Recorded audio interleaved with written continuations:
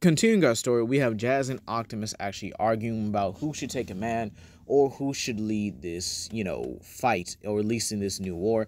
And this when Optimus Primal steps in and actually steps against Optimus, telling him that Jazz should be the one in charge, as he's been the one actually holding this all together. And he seems to know the planet a lot better than Optimus does. This is when Jury also chimes in against Optimus, saying that Jazz has been here for far longer and actually has been observing the planet a lot more. This is where Jazz comes up with the plan to, I guess you can honestly say, just take Lockdown ship and then go from there. We then see a scene where Lockdown is watching his troops tear apart Los Santos, and we see people running. We actually see Duncan and Courtney actually hiding behind a car. And just as the mercenaries are about to get close to them, or at least, get somewhere near them, Jazz decides that now is the time that they divide and conquer.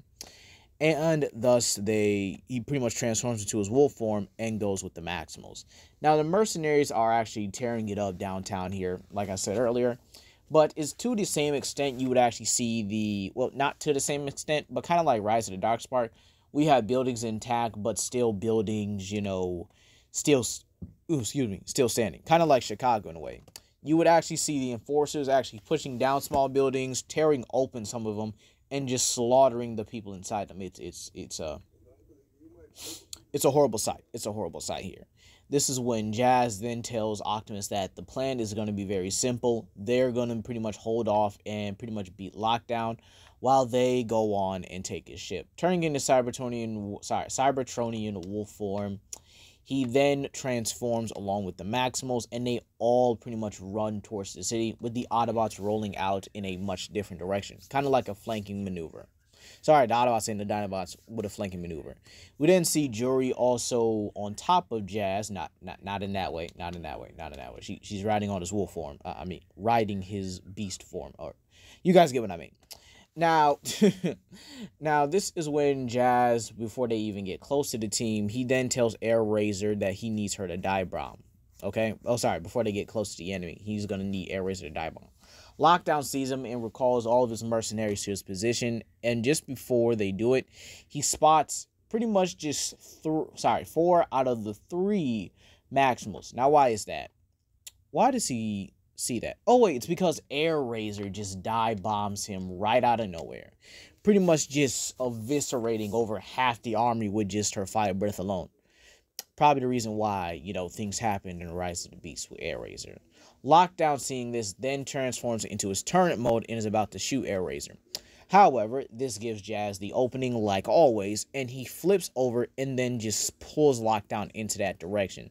The two begin scrapping as Jazz pretty much maintains his balance on top of him and actually gets better at it, even pretty much putting Lockdown down to the ground here. This is when Lockdown actually, throws Jazz off of him again, but this time Jazz is actually pretty quick, and he flips over, allowing Rhinox to come in and ram Lockdown, pretty much sending Lockdown flying.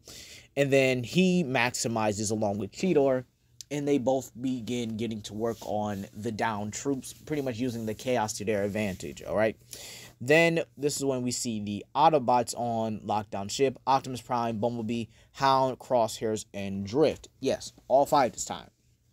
And as you guys know, when the last night where that battle took place, all 5 of them are actually going to be there participating in that fight. This is when Hound notes that he doesn't really feel good about leaving Jazz behind, but he also notes that he does have some pretty powerful company, so it doesn't make him feel too bad. Just hope he doesn't get killed, after the whole events of Age of Extinction and whatnot. Back to the battle itself, as the ship begins to take off, Optimus Primal maximizes and begins to go toe-to-toe with Lockdown himself here, while Jazz and Jury pretty much handle evacuation. We actually see a moment where Jazz actually takes Duncan and puts him in a much safer place here. This is when we actually see Jury then jump at Lockdown, actually causing significant damage. And this is due to her key. She then displays her key abilities, to which Jazz questions her about it, and he pretty much gets the whole scoop about the Feng Jui engine in the eye. But this is when he, Primal, and Jury pretty much just triple assault lockdown. With Jory being the smaller one, she's able to get in a lot more hits, actually a flurry of hits, and actually is able to crack open, you know, lockdown's metal and pretty much just crack lockdown open in general, you know. So yeah, she's pretty much yeah, they're pretty much destroying lockdown here.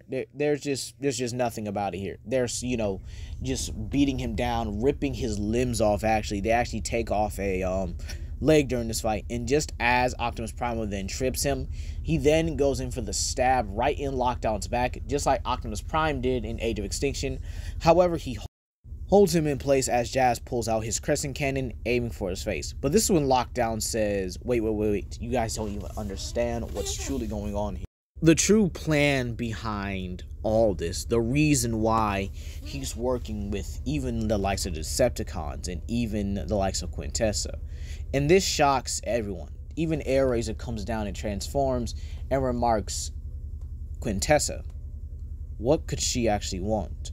But before Lockdown can answer, Jazz puts two and two together and shoots him. He then tells him the reason why she really wants him is Optimus. And this is when he bids Jory farewell, as he has to get to another fight. And this is when Jory says that she'll handle the cleanup and maybe use the parts for scrap. Who knows? Turning into his wolf form again, he tells the Maximals that they need to head to the battlefield with Optimus, or at least wait somewhere closer while he handles another mission. This is where we get to a volcanic area. Now, this is where we see a lot of lava spewing and a lot of things, you know, just destroyed. But that's due to the fight between the Dinobots and Trypticon. You see, this fight was actually to prevent Trypticon from causing a, I would guess to say, a magnitude level earthquake, or at least an apocalypse causing volcanic eruption. So the Dinobots are actually here stopping them, and the fight is actually going in a stalemate here. They can't seem to get the edge, and you guys have to remember, it's a 5 against 1. Remember, Slash is here as well. So during that fight, it actually becomes apparent that Trypticon is getting the upper hand as he shoots Strafe right out the air, actually blasting through his wing a little bit. And this is where Strafe pretty much plummets to the ground, but just as he does, Jazz pretty much catches him, saving his life. Yeah, Jazz is actually pretty fast. He's fast enough to run from Los Santos to a volcanic area. Would you say he just runs and appears there? Or at least he used the space bridge to do it. This is when Strafe notes that they don't have enough power to really take him down. Jazz pretty much doubting beast form here, then contacts Rockwell, saying that he's going to have to change his beast form for the last time. And this one, Rockwell notes that his T-Cog is actually exhausted, so any changes here and now will become permanent. It'll be his permanent beast form. And this is when Jazz pretty much just shrugs it off, saying, well,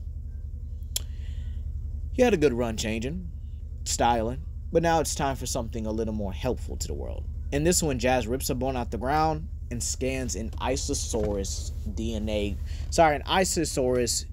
composition, pretty much transforming him into, well, I guess you could really say the one you see in Dynasty King, even with the armor and stuff on it. Let's say it's armor because, you know, Cybertronian or at least Bayverse kind of logic. Most of these dinosaurs have armor anyway. So, yeah. So he uses that to actually ram Trypticon with so much force it causes him to collapse. And this is when he tells Grimlock, now. This is when Grimlock comes down and smashes through Trypticon's skull, ripping out his brain module. Very graphic. I'm definitely not gonna... I'm gonna let y'all picture that. This is when Grimlock, you know, acknowledges Jazz's leadership, and then Jazz tells him to head for the battlefield as they meet up with the Maximals. This is where we fast forward. Let's say maybe, I guess you could say like these fights would definitely take hours upon hours on end. So let's say a couple hours later. Let's say about 5, maybe 6 later. It's just about the crack of dawn here, or at least dusk at this point. We actually see Hound and the Autobots actually pushing back successfully. And you guys have to remember, Optimus Prime does not have his upgrade like when he picked up the sword and stuff. So he still has his cannon and his trademark Energon swords. Just remember, he did fight Galvatron, so he is down at Energon's sword here, but he still has his blaster. This is where we see pretty much the Autobots are pretty much getting pinned down by the Decepticon fire as Megatron starts to, pick up the pace here. But just as that happens, the Dinobots and Maximals are pretty much all together here, leading in and just smashing their way through everything. And this is when Jazz pretty much tells the Beast to transform and annihilate the opposition.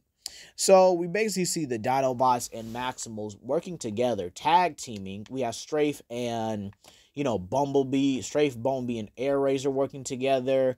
We have, Hound being, backed up by Slug and Rhinox. Every Maximal is working together. But this is where we actually see Jazz, Bumblebee, and Optimus get further and further into the ship here. As a matter of fact, the Autobots pretty much put Optimus Primal in charge while the three of them pretty much raid the ship here. So basically, everyone's taking care of business outside while they raid the ship to actually finish this. However, it's quiet. It's dark. They don't even see Megatron, and that bothers them, or at least until he shows up. And he says, "Prime, nice of you to join the three of us." And this is when Optimus says, "The three of us?" almost in confusion. And just as he does, these tentacles or these chains pretty much lash out, extending towards Optimus. Both Bumblebee and Jazz look in horror as Quintessa floats up to Optimus Prime, telling her child, "Welcome." This is when Quintessa blasts Optimus, trying to corrupt him, and Jazz leaps at him, but Megatron fires his fusion cannon, and Jazz has no choice but to actually react and dodge it. However, Megatron grabs him and slams him. This is when Bumblebee tries to make his way towards Optimus, but is then pimp-slapped out of nowhere by Infernicus. This is when Optimus is then fully corrupted by Quintessa, and she acknowledges him as, Nemesis Prime. And he asks her, what will be done, my master? And this is when Quintessa tells them that all three of them are going to kill them. Bumblebee makes sad noises, but knows he has to drop his battle mask, and Jazz drops his battle visor, and they both take out their respective weapons, preparing to battle Optimus Prime, or Nemesis Prime, Megatron, and Infernicus. And that's where we're going to leave it off here, you guys. Kind of a hopeless situation for the Autobots, don't you think? Will they come in clutch? Will somebody else come in clutch? Let me know what you guys think down below. Please comment, like, and subscribe, and share it to friends. This is Legendary Grimlock, and I'll see you guys for the next chapter. Peace.